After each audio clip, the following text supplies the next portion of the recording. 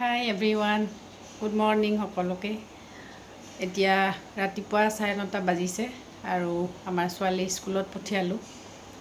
ময়ো গা পা ধুই আজৰি হ'লোঁ আৰু আজি মই ভাবিছোঁ এটা নতুন ৰেচিপি আপোনালোকৰ লগত শ্বেয়াৰ কৰিম বুলি।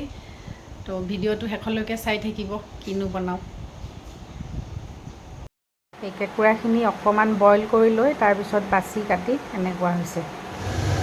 আজি মই এটা বনাব লৈছোঁ কেঁকুৰাৰ ৰেচিপি। হয়তো বহুতে নাখাবও পাৰে, কিন্তু আমি হ'লে খাওঁ।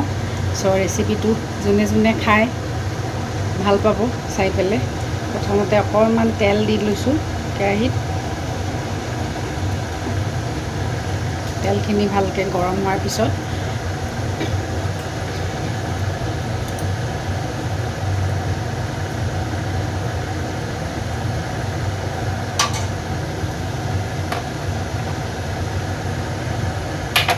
এইখিনি কেঁকুৰা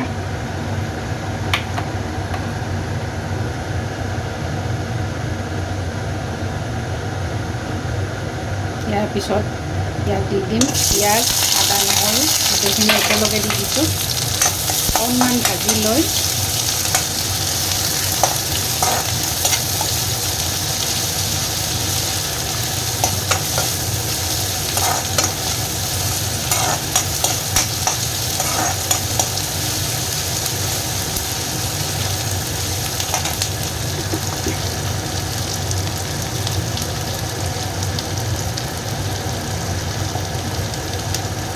ইয়াতে এতিয়া দি দিম কেঁকুৰাখিনি।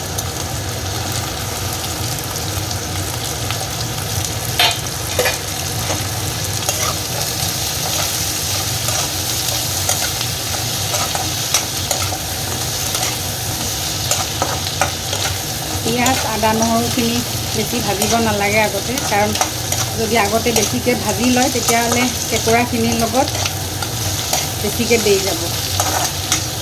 অকণমান ভাজি লৈয়ে কেঁকুৰাখিনি দি দিব।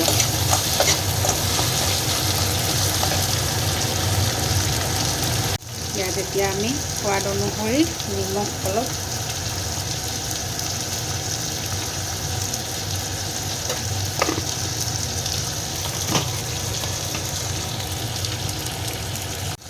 হালধি অলপমান,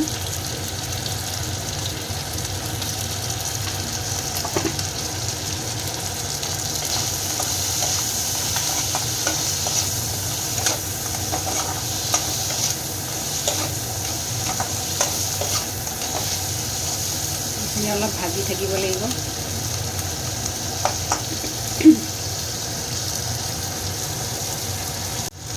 কেঁকুৰাখিনি ভালকৈ ভজা হৈ গৈছে। ইয়াৰ পিছত আমি ইয়াত অকণমান দিব লাগিব বিলাহী, বেছি নহয়, এটাই দিব সৰুতে, আৰু এইখিনি ভালকৈ ভাজি থাকিব লাগিব।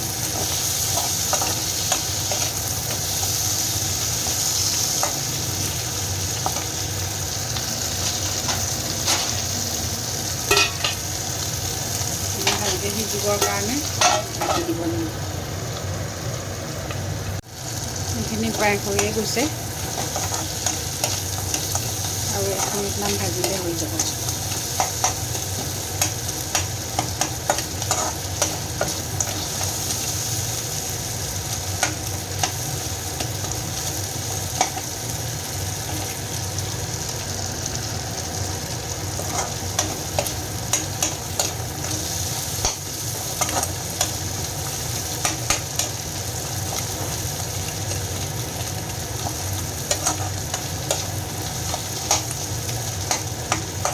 এইখিনি হৈ গ'ল, পৰিৱেশন কৰিব পৰা হৈ গৈছে।